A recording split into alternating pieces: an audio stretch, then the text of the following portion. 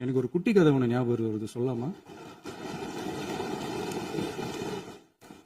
ஒரு ஊர்ல ஒரு பெரியவர் வெயில் ரொம்ப ஜாஸ்தியா இருக்குன்னு சொல்லிட்டு கண்ணுக்கு மேல கை வச்சுக்கிட்டு இப்படி சுத்தி முத்தி தேடிக்கிட்டு இருந்தாராம்.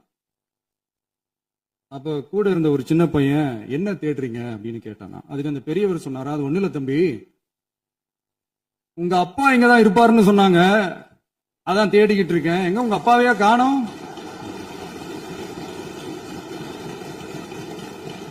இல்ல, அந்த எங்களுக்கும் நக்கலா நையாண்டியா சம்பந்தம் இல்லாத குட்டி கதை இதெல்லாம் எங்களுக்கும் பேச தெரியும்.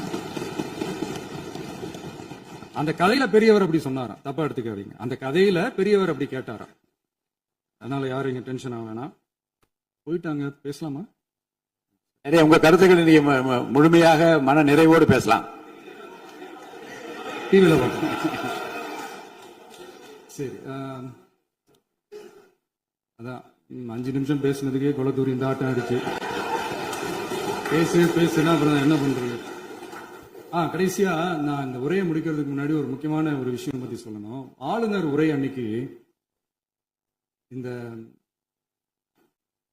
தமிழ் தாய் வாழ்த்துக்கு அப்புறம் தேசிய கீதம் பாடினது தப்பு, தேசிய கீதம் 2 முறை பாடினது தப்பு, அப்படி ஒரு நிகழ்வு இதுக்கு முன்னாடி இந்த சட்டசபையில நடந்ததே கிடையாது, அந்த மரபே மாத்திட்டீங்க, இப்படி ஒரு பெரிய ஒரு போர் மாதிரி எதிர்கட்சியை சார்ந்தவங்க எல்லாம் சொன்னாங்க இல்லையா?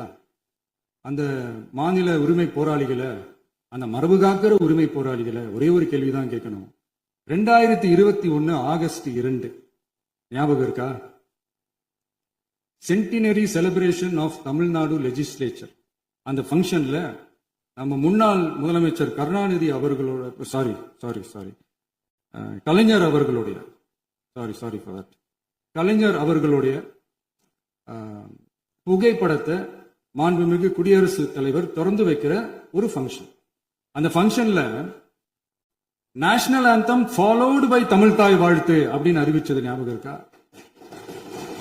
அதாவது தேசிய கீதத்துக்கு அப்புறமா 2வது முறையா, நோட் திஸ் பாயிண்ட் மாண்புமிகு பேரவைத் தலைவர் அவர்களே, பிளீஸ் நோட் திஸ் பாயிண்ட். தேசிய கீதத்துக்கு அப்புறம் 2வது முறையாக தமிழ் தாய் வாழ்த்து பாடப்படும் அப்படின்னு சொன்னது ஞாபகம் இருக்கா?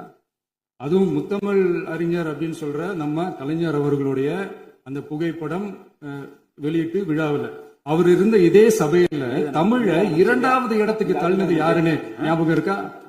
அது மட்டும் இல்ல, அந்த தேசிய கீதத்தை நாட்டுப்பண் நேஷனல் ஆந்தம்னு சொல்லி அதே ஃபங்க்ஷன்ல கடைசியா ஃபங்க்ஷன் முடியும் போது செகண்ட்